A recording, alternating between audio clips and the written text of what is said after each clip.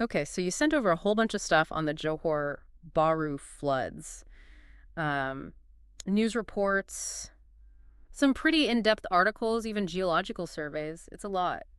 Yeah, it's quite a comprehensive collection you've put together. So what I was thinking for this deep dive is we really go beyond, just the headlines and try to get a grasp on the real core issues, lasting impacts and maybe what this all means looking ahead. Yeah, I think the material you've gathered gives us a fantastic opportunity to do that kind of multi-layered analysis of the event. What's really interesting is how it brings together so many different factors. Yeah, absolutely. We'll start by looking at that initial crisis, the immediate impact, and then sort of peel back the layers, so to speak, and look at both the natural and importantly, I think the human elements that contributed to it. And then hopefully we can draw out some broader insights and takeaways that go beyond just this one event. Yeah, I think that's a great plan. So, by the end of this, we'll all be way more informed than just, flood happened. Exactly. It should be much more nuanced than just sort of the surface level understanding of the event.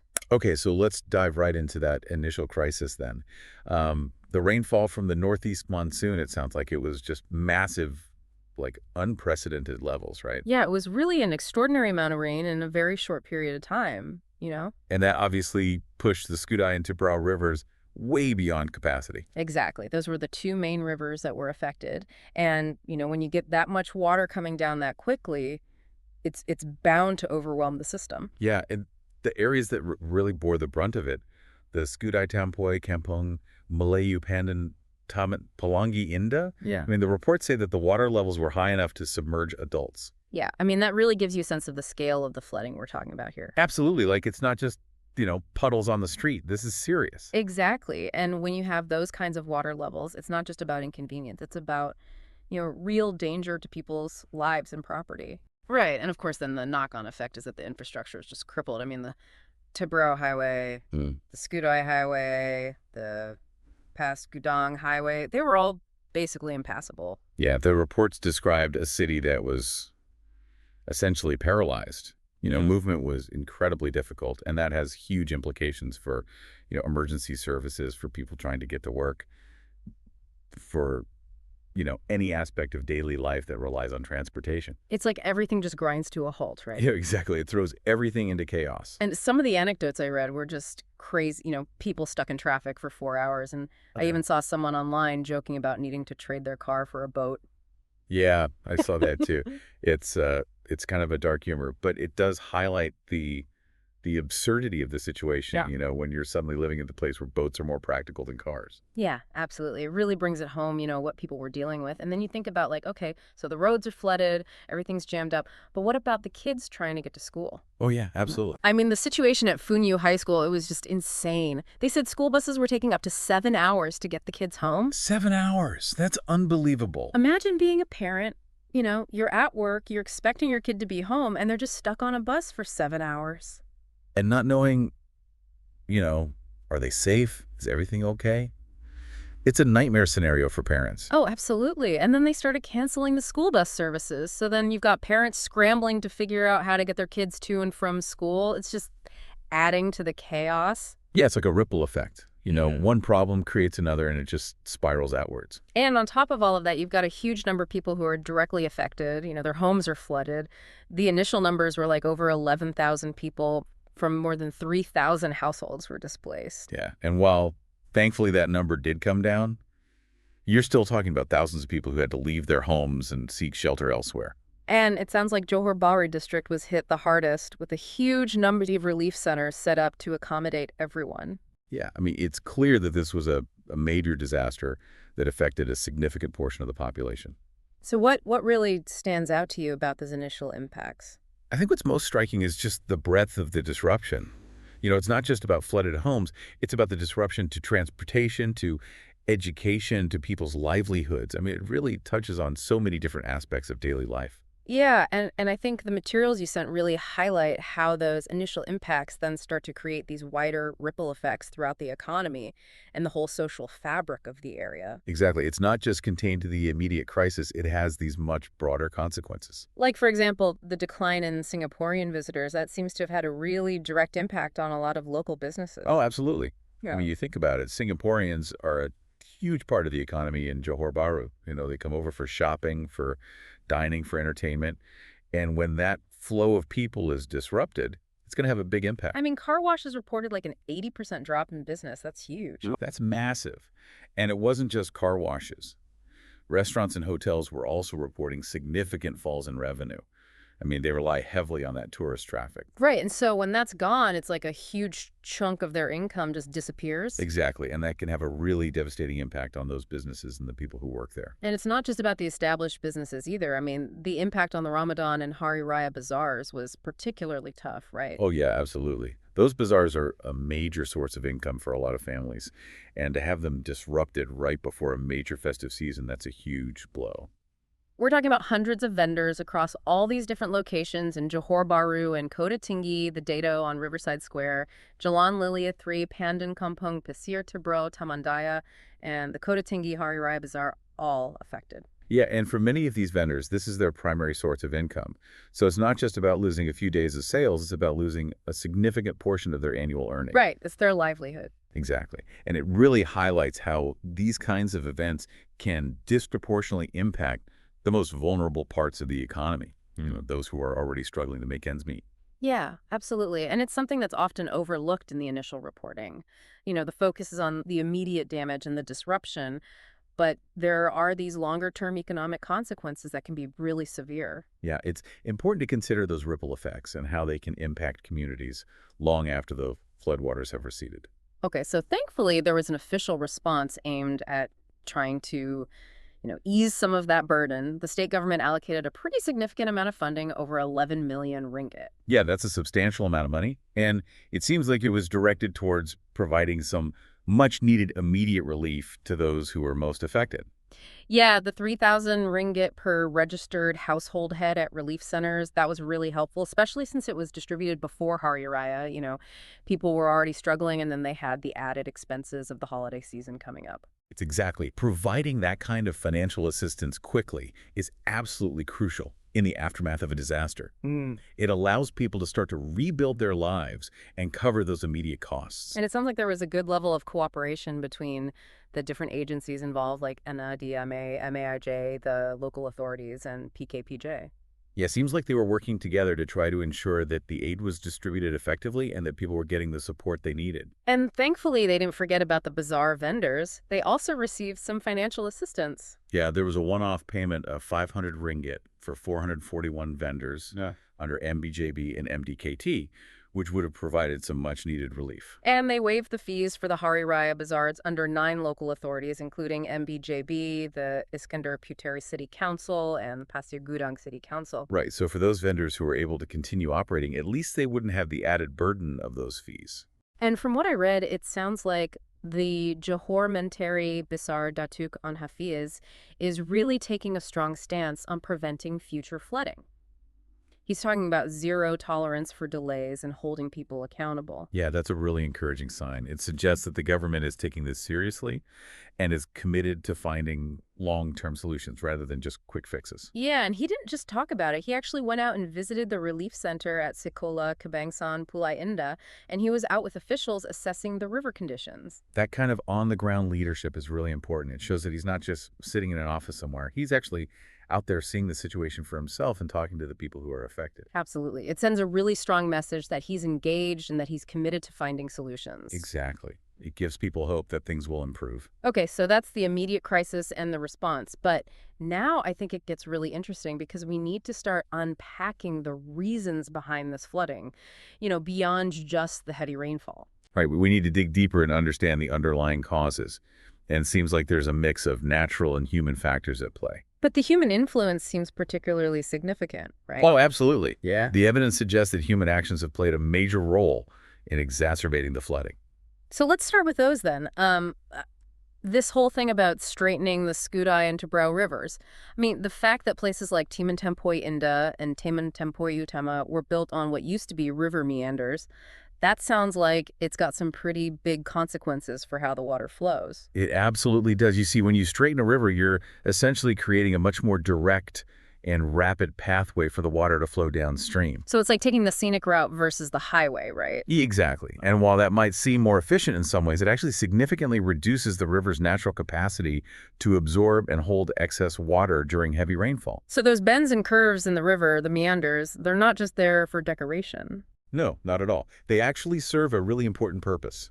They slow down the flow of water and allow the surrounding floodplains to act as natural buffers. Okay, so it's like a sponge. Exactly like a giant sponge that soaks up the excess water. And when you straighten the river, you're basically removing that sponge. Precisely. And that means that a much larger volume of water is being pushed downstream much more quickly, which increases the risk of flash floods in those downstream areas. Okay, that makes sense. And then on top of that, you've got the issue of the Skudai River becoming narrower and accumulating silt downstream. Right. And that's a problem that's often exacerbated by development. Yeah. As more land is cleared and paved over, it increases the amount of sediment runoff into the river. So it's like all the loose soil and stuff gets washed into the river. Exactly. And that sediment builds up over time, reducing the cross-sectional area of the river channel. So the river's basically getting choked up.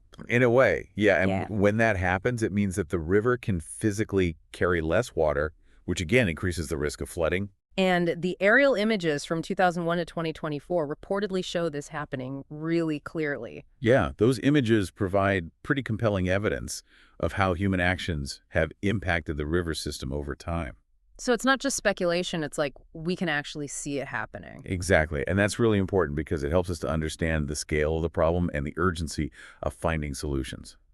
Okay, so we've got the straightening of the rivers, we've got the silt buildup, and then there's the whole issue of reclamation and overdevelopment, especially the big projects like Donga Bay. Yeah, those kinds of projects can have a really significant impact on the natural drainage patterns of an area. Because they're basically squeezing the river delta and hindering the drainage out to the sea, right? Exactly. It's like putting a cork in a bottle. Oh, I like that analogy. Yeah, so you've got all this water trying to flow out to the sea, but it's being blocked by the reclaimed land. So it backs up and floods the surrounding areas. Exactly, and it's not just the big projects either.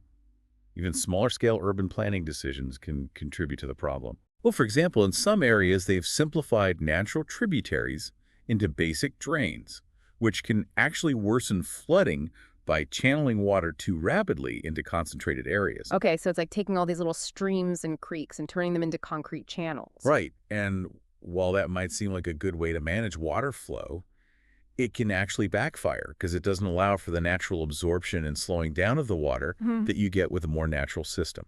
And then there's the issue of building in flood-prone areas. Yeah, I mean, if you know that an area is prone to flooding, it seems like common sense to avoid building there. But unfortunately, that's not always the case. And it's not just new developments either, right? There are existing communities in these flood-prone areas that haven't been relocated. Right. And that's a really complex issue because relocation is a huge undertaking. It involves disrupting people's lives and livelihoods, and it's often very expensive. But at the same time, if you don't relocate those communities, they're going to continue to be at risk every time there's a major flood. So it's like a catch-22. In a way, yeah, it's a really difficult problem to solve, and there are no easy answers. And then you've got the issue of retention ponds in newer developments not being big enough to handle the amount of water coming in. Yeah, retention ponds are designed to hold excess water and release it slowly to prevent flooding. But if they're not designed with enough capacity, they're not going to be very effective. So it's like having a bucket that's too small for the amount of rain you're getting. Exactly. It's going to overflow. So for you, hearing all of this about these different aspects of poor urban planning, what stands out as the most critical failure? I think the most concerning thing is the apparent disconnect between development and a fundamental understanding of the local hydrological systems. It's like they're not taking into account the natural flow of water and how their actions are going to impact that. So they're not thinking holistically about the environment. Exactly. They're focused on the development itself, but they're not considering the wider implications for the surrounding environment. And that's what leads to these kinds of problems. Precisely, it's a short-sighted approach that can have really serious long-term consequences. Okay, so we've talked a lot about the human factors, but we can't completely ignore the natural factors at play here. The intensity of the rainfall from the Northeast Monsoon was definitely a major trigger. Oh, absolutely. Yeah. I mean, a day and a half of really heavy rain is going to put immense pressure on any drainage system, no matter how well designed it is. And Johor Bahru's geographical location, being in the Skudai to Brow River basins and being relatively low-lying, that naturally makes it more vulnerable to flooding, right? Yes, the natural geography and weather patterns definitely create an inherent level of risk. So it's not like this is a completely avoidable disaster. No, but what the analysis suggests is that those natural vulnerabilities have been significantly amplified by human interventions in the environment and those shortcomings in planning. So it's like nature set the stage, but then human actions made the situation much worse. Precisely. It's the combination of those factors that has resulted in such severe flooding. And it's quite sobering to look back at the historical context, the fact that maps from as far back as 1957 and the aerial images show how the rivers have been altered and how urban areas have expanded over the years. Yeah, it's really eye-opening to see those changes documented over time. It really helps us to understand how we've gotten to where we are today. And the fact that there was a major flood over a decade ago, that should have been a wake-up call, right? Absolutely. It was a clear warning sign that the existing systems were not adequate to handle extreme rainfall events.